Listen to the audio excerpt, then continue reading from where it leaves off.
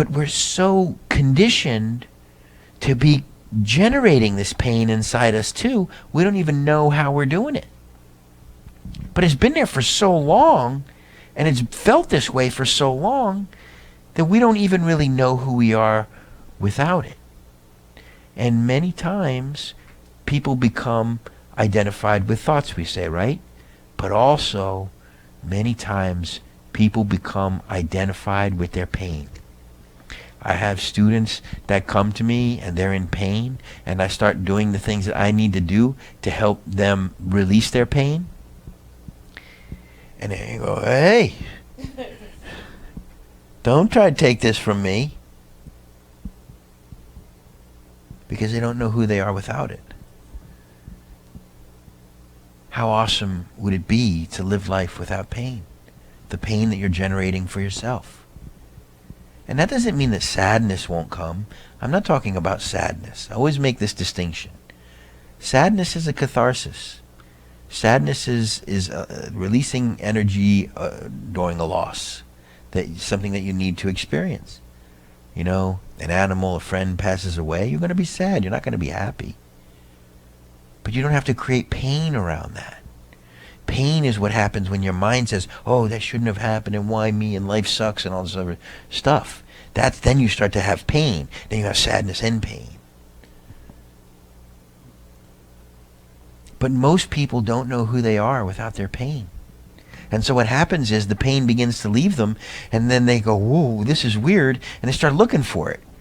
Let me see if it's still there. Well, every time you look for it, you're going to provoke it. You're going to create it.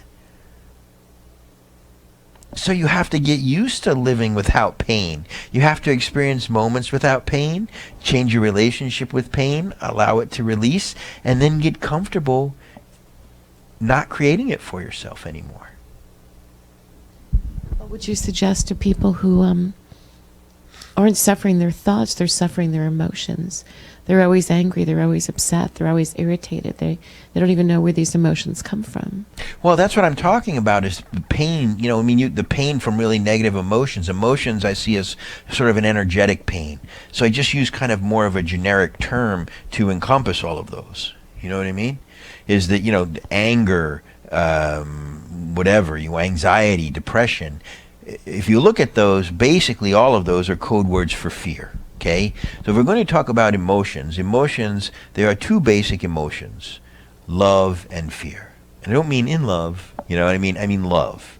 I mean the love that you have, like when a puppy dog comes running at you, you know, the love you feel when you see a rainbow, you know, the love of a child or something like that, the love that has no opposite, right? It always feels good, right? So if it's not that, you know it's fear, some form of fear. And if you think about our evolutionary, you know, ancient evolutionary wiring, you know, fear, you know, is a big part of it.